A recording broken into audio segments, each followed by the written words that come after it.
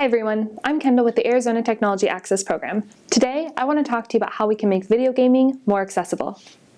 I'm going to cover topics such as accessibility settings on standard games and consoles, as well as how to improve motor accessibility through the use of adaptive controllers. Now, this is going to be kind of a general overview of these topics, but I will be making specific videos on individual equipment to provide more details about how to use them and what options we have. So let's dive in.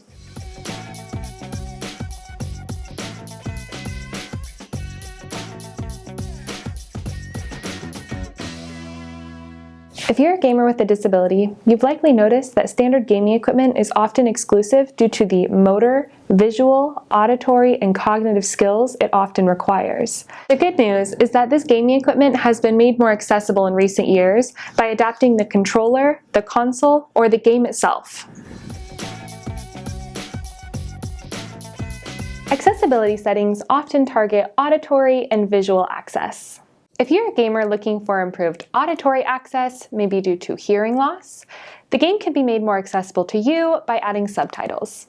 This solution, however, is not perfect. It can still make it difficult for someone to recognize auditory signals, such as if there is a sound that signals to you that there's an enemy nearby, say if you're in a first-person shooter game. To help with this, some games may incorporate visual aids, such as arrows that would signal the direction that the threat is coming from. This feature can be crucial for games that require tracking of targets through processing the auditory input that's coming to the player. Now, if you also want improved visual access, you may be able to select larger subtitles. This is an option on many games. Some games offer features for color blindness as well, letting players choose the colors that they would like for their avatars and the icons on the screen. At ASTAP, we are happy to help you find these accessibility settings on your own gaming console. I'll show you the ones that I have on this PS4 that I've been playing with. Alright, starting from the home screen on my PS4, I navigate up to the settings icon. From here, I move up to accessibility, and you can see all of the options that they have for you. I wanted to click on each one to see if any of them can be customized further.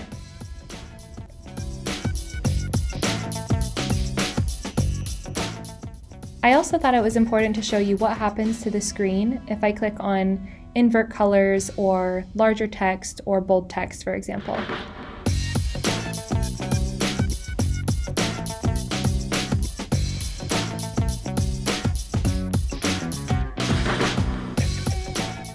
As you can see, all of these accessibility features are tailored to auditory and visual needs specifically.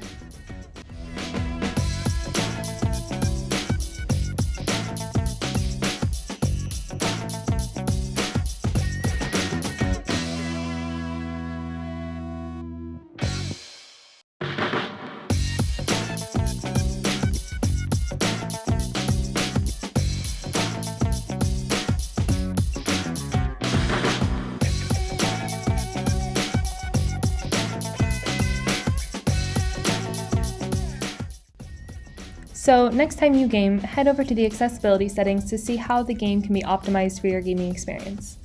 As I mentioned, individual games often have their own accessibility settings, so I recommend checking them out as well.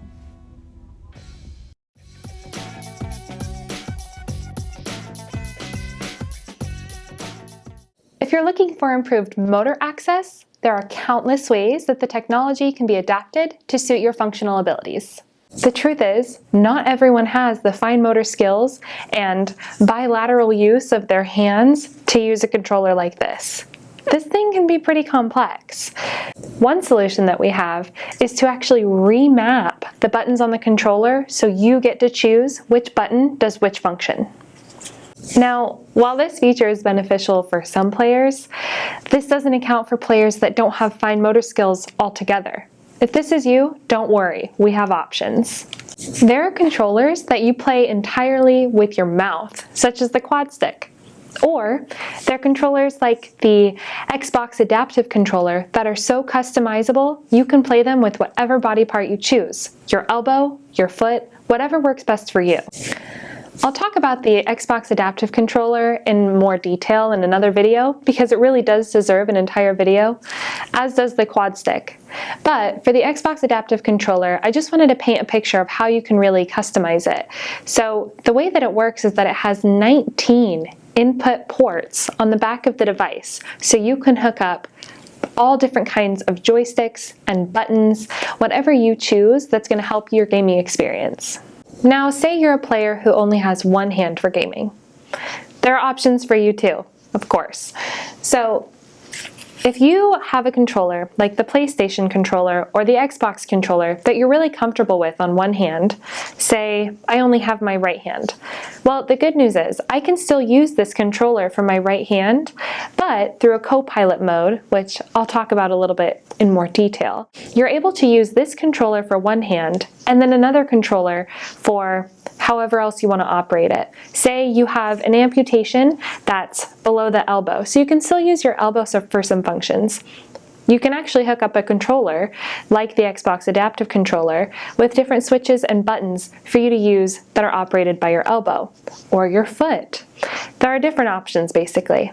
I just want you to know that if you're a one-handed gamer, we're able to help you get back into gaming. If gaming is important to you, but you've found that you feel limited by the functional requirements of standard games and consoles and controllers, it's important to us at ASTAP that you know what adaptive options are available to you. If you would like help looking through these options to see what would best suit your gaming goals, give us a call at ASTAP to book a consult with us. We would love to work on your gaming experience together.